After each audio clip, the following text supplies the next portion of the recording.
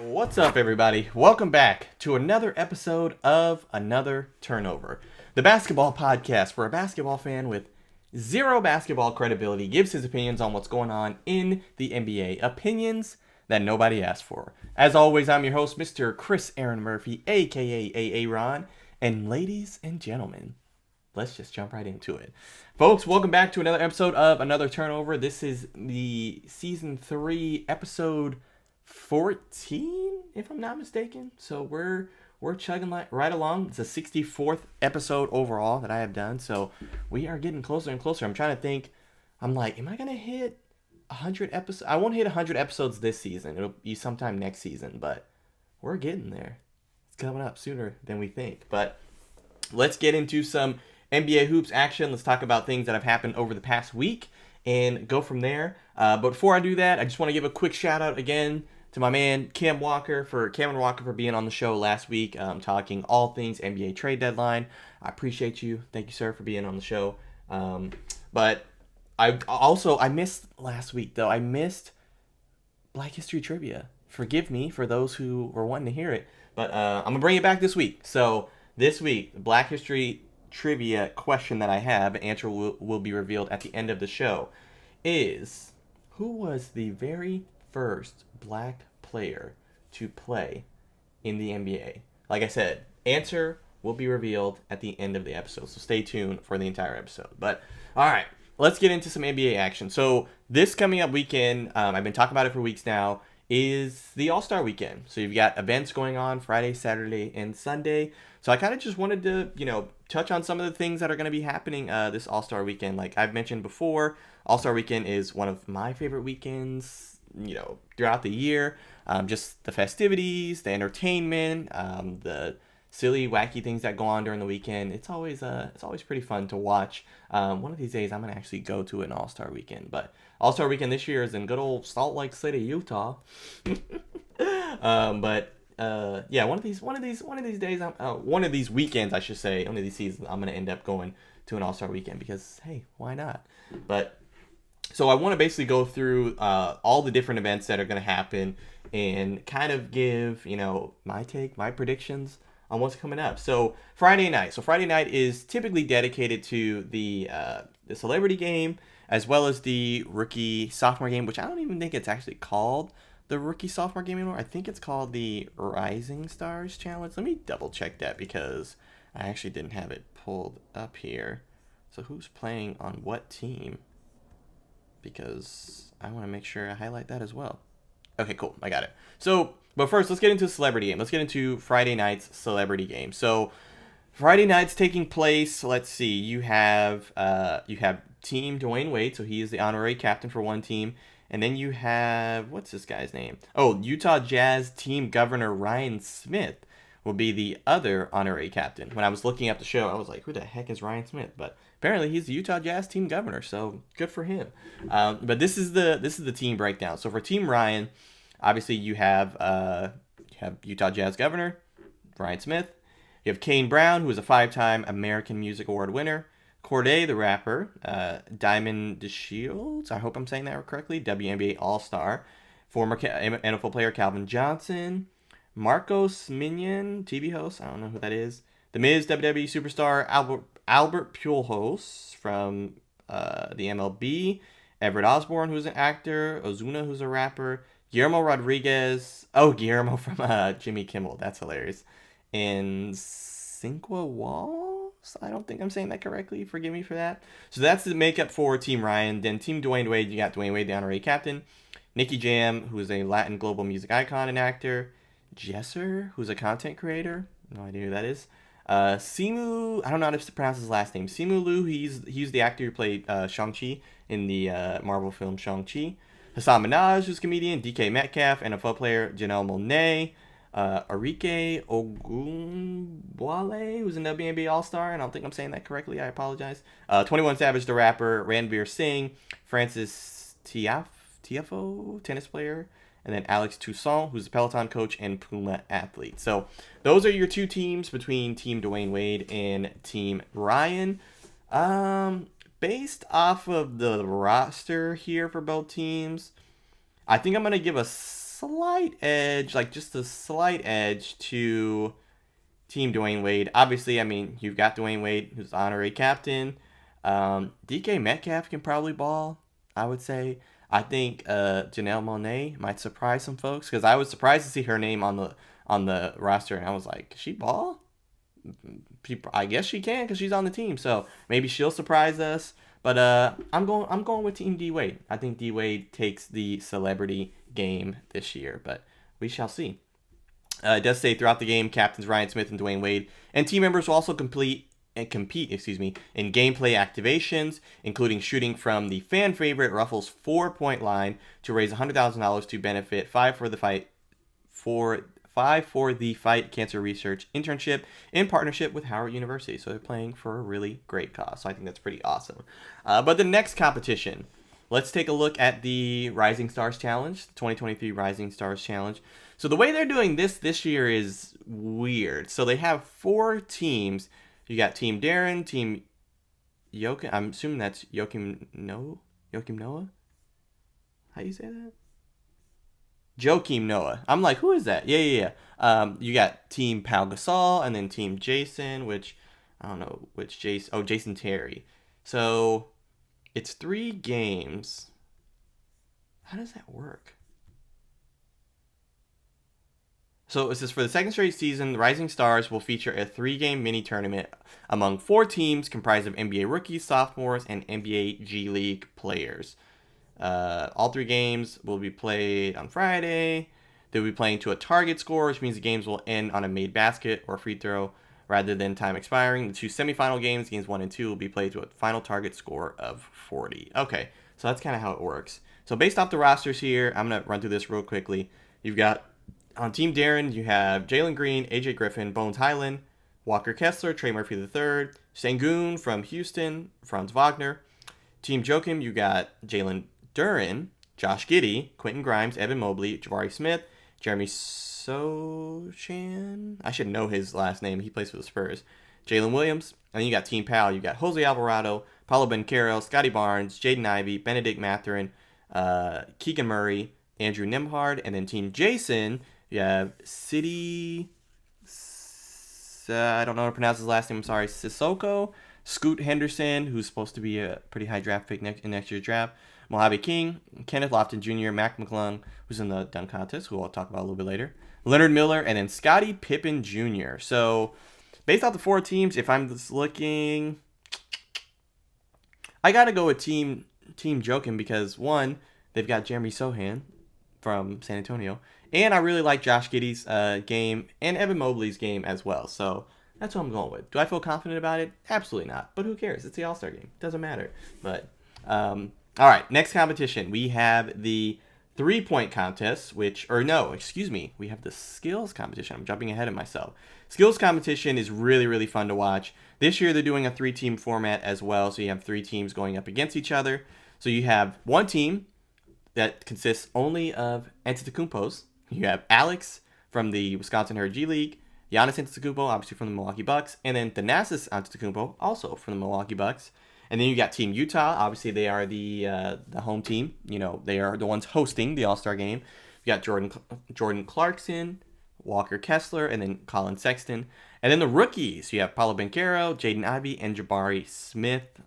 So that'll be pretty cool as well. So if you're not familiar with the Skills Challenge is just, it's kind of like it sounds. Skills consisting of passing, dribbling, shooting, layups, all that stuff.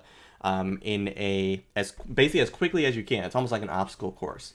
So with that being the case, I'm going for the Antetokounmpos. Like that, I think the Antetokounmpos are going to take it. I mean, obviously you have the, to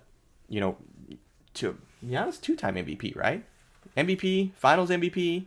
So I mean, yeah, I'll go with the Antetokounmpos. I think that's a safe bet. I don't think that's going out on a limb by any stretch of the imagination. But all right, now to my favorite competition. Like I stated earlier, the 3-point contest. So this year's 3-point contest is shaping up to be pretty intriguing. So these are your participants. You have Tyrese Halliburton, Indiana Pacers player. You have Tyler Hero from the Miami Heat. Buddy Hield from the Indiana Pacers as well. Kevin Huerter from the Sacramento Kings. Damian Lillard from the Portland Trailblazers. Lauri Markkanen from the Utah Jazz. Julius Randle, who is a replacement for guard Anthony Simons, which Julius Randle must have a high 3-point percentage this year because he is not really a knockdown 3-point shooter. But anyway, and then you, lastly, but surely not least, you have Jason Tatum of the Boston Celtics making up your 3-point contest participants. So based off of the list here of the people that are in it, I think I'm going to go with Buddy Hield. I think he's got the best 3-point shot, maybe not in percentage, but I think he's got the best 3-point shot out of all these players. I mean, mine is Damian Lillard. Damian Lillard is more of like a knockdown, like dagger 3-point shooter, whereas Buddy Hield, like I could just see they're hitting like 30, 40, 53s in a row. So yeah, I'm gonna go with Buddy Hield. I'm gonna go with Buddy Hield to win the 3-point contest. That's my pick, and I'm sticking with it. But all right, let's transition again to the last competition that I'm gonna make predictions for. That's the slam dunk contest. Now, you know how I feel if you're a longtime listener of the show. How I feel about the slam dunk contest hasn't been great, honestly, since Zach LaVine and Zach LaVine and Aaron Gordon went head to head back in 2016, if I'm not mistaken. So that was 7 years ago, coming up now.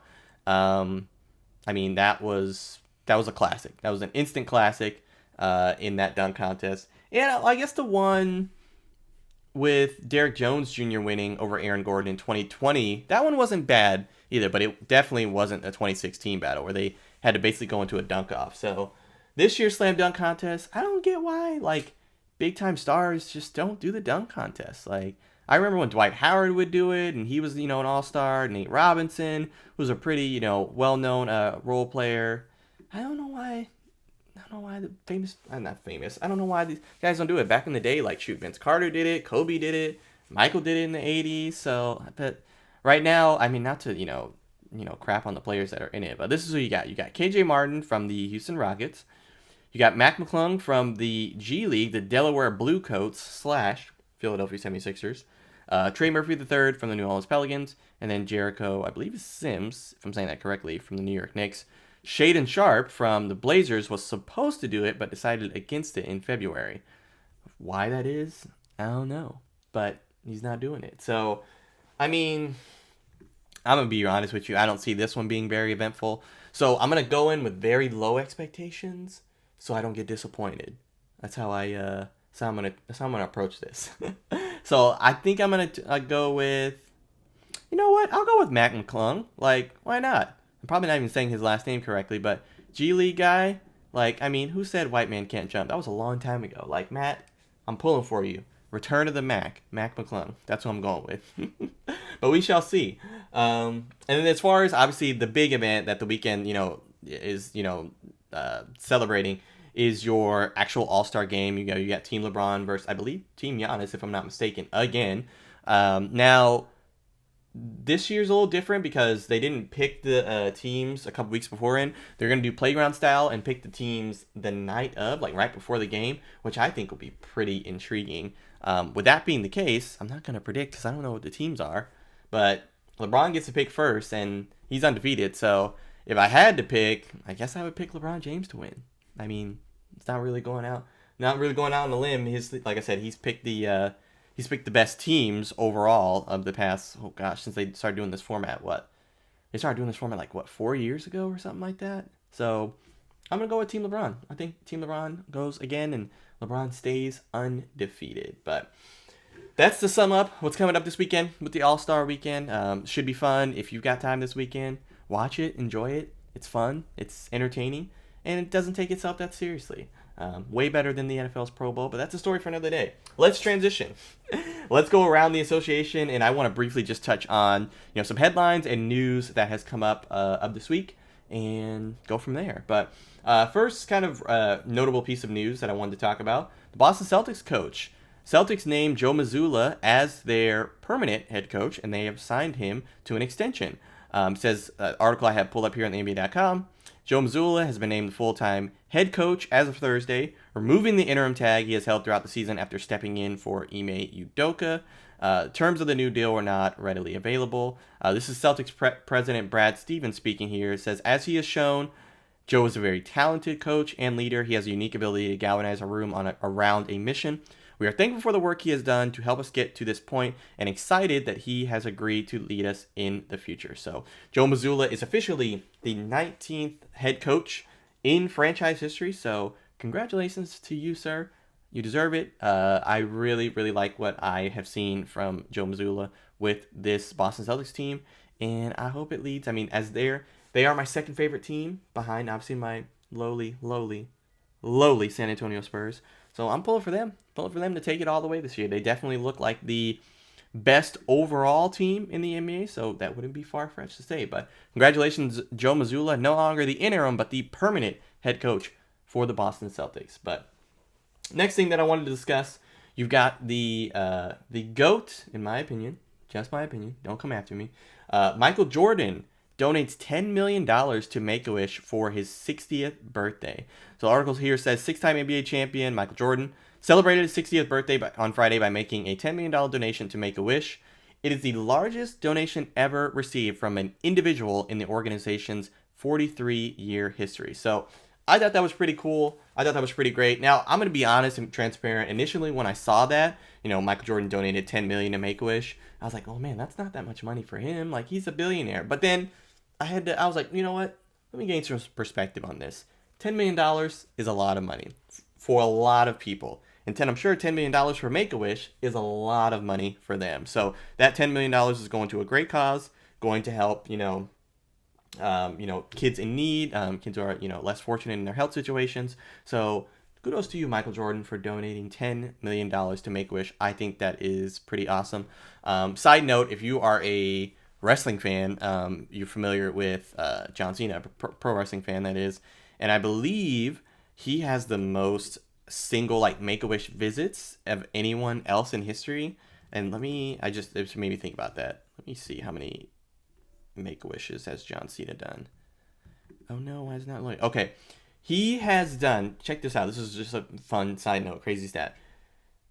The Guinness Book of World Records recognizes the actor and WWE superstar for the most wishes granted through the Make-A-Wish Foundation, coming in at 650. 650 different visits that John Cena has done for Make-A-Wish. That is incredible. That is impressive. Not to take away any of the shine from Michael Jordan donating $10 million, but 650 visits, absolutely insane, absolutely incredible. But some other pieces of news, not really news or headlines, but things I just wanted to kind of point out. Obviously, we are a week out from the trade deadline that was last Thursday, so you're listening to this, Friday or later. But I just kind of wanted to talk about some of the fallout, some of the early things that I've seen. Obviously, it's only been a week, so we still have a lot of time to see how these new teams and whatnot are going to gel. Obviously, we still haven't seen Kevin Durant. He's still been dealing with his injury. And, there's other, pieces and movement around the league that we haven't really got to see as of yet. But you have the new look Lakers. They all played together. D'Lo, who else? Oh, shoot. I'm blanking on Malik Beasley. There was somebody else, too, that they got. And I'm tripping. I apologize. Who they picked up. But the new look Lakers, they all played together. LeBron, D'Lo, and Anthony Davis. And they look pretty good against New Orleans. They beat New Orleans, 2 nights ago. You're listening to this. Now, no Zion Williamson. I can't remember if... I think C.J. McCollum played. I don't remember if Brandon Ingram played, but I think he did. But, Pelicans weren't fully 100% healthy because they were good before Zion Williamson's injury. But they look pretty good. I like what I saw. I like the spacing. I like what I saw on defensive, especially their perimeter defense. So, Lakers... I like it. And that's a lot. That took a lot out of me to say that. It really, really did. But I also like what I've seen from this new look Brooklyn team. I mean, Mikal Bridges scoring 45 points, a career high. Obviously, that was not his role in Phoenix, was, to score the basketball. He could score it, but 45 points, I was like, ooh, we could be on to something with that team. I mean, with Mikal Bridges, Spencer Dinwiddie, Cam Johnson, who else? Cam Thomas, who's a big man in Brooklyn? I can't remember, but they look good. They look really good. I like what I saw from the Brooklyn Nets in that particular game where he dropped 45 points. Another thing that came out today, which kind of surprised me, Kevin Love is currently discussing a possible buyout from the Cavaliers. Obviously, he came in that Andrew Wiggins trade way back in 2014. Ancient history now in the NBA. But obviously when LeBron came back to Cleveland, Kevin Love was one of the players that he wanted the team to trade for. won a championship in 2016 as, a part of that big three with him, Kyrie, and LeBron. But they're looking at a potential buyout for Kevin Love. And I was definitely taken aback by that because he seems like they're Udonis Haslem, or like they're not in terms of talent, but like they're like Dwayne Wade, like their guy, because he's been there for so long through all the changes that Cleveland has had, since LeBron got there, since LeBron left, and so on. But yeah, Kevin Love potentially going to be bought out from the Cleveland Cavs. Where would y'all like to see Kevin Love go? I mean, I think he could probably still help a championship team. He'd probably be signing for the veteran minimum wherever he goes. I mean, could he be a fit in Denver? Could he be a fit for another contender like a Phoenix or something like that? I mean, potentially, I could see it. But I just thought that was pretty cool. I mean, I just thought that was pretty crazy that reports are out that they're potentially going to buy out the rest of his contract. But and then this is just not really anything to do with news or anything like that, but this was just a crazy stat I saw online about Nikola Jokic. Y'all know how I feel about Jokic. My favorite player to watch. I definitely think the way it is right now, with the way the media is discussing it, I think he's going back to back to back. We haven't seen it since 1986 with Larry Bird. I think that's what's going to happen. But crazy stat. The Nuggets are 21-0 when Jokic drops a triple-double. So if he's basically getting if as it stands right now, if he gets a triple-double, it's a guaranteed win for the Denver Nuggets. They have definitely played well. I mean, would I say they're exceeding expectations right now? You could probably say that because I had them pretty high up in the standings. I think I had them top 4. They're number 1 right now. And Jokic is absolutely balling, averaging a triple-double right now. Last night's game, he had 14 points, 12 rebounds, 10 assists. That was a Jason Kidd triple-double, but a triple-double nonetheless. So Nikola Jokic balling out right now. Crazy stat. 21-0 when he gets a triple-double. As it stands right now, unfortunately for people that don't want him to be, but he's probably going to be the MVP. But all right, well, before we wrap up here, I got to give you the answer to the Black History Trivia question. So the first black player to ever play in the NBA was none other than Mr. Earl Lloyd, way back in 1950. That was a long time ago. That was 73 years ago? Coming up on 73 years ago. I think it was October of 1950. So, yeah, Earl Lloyd, paving the way, pioneer in the game of basketball. But, ladies and gentlemen, that is all the show I have for you fine folks this evening, or whenever you're listening to this, morning, afternoon, evening. But I appreciate you. Thank you for listening. Thank you for watching. As I say every week, if you could do all the good things, like, share, subscribe, leave comments, I would greatly appreciate it. But should be an exciting weekend. Like I said, if you have the time, enjoy yourself some All-Star Weekend. If not, do the things that you enjoy doing with the people that you enjoy doing it with. But anyway, I'll be watching All-Star Weekend where I can. Still got a whole bunch of wedding planning going on too. But anyway, I hope you have a great weekend. Take care, and I will see you next week. I got too much I gotta tend to. Car payments and the rent due. Told y'all that I'm 6 foot, but with the money statement I'm 10 to. Too much that I've been through, so I put it all in that rear view. Clean money in the black.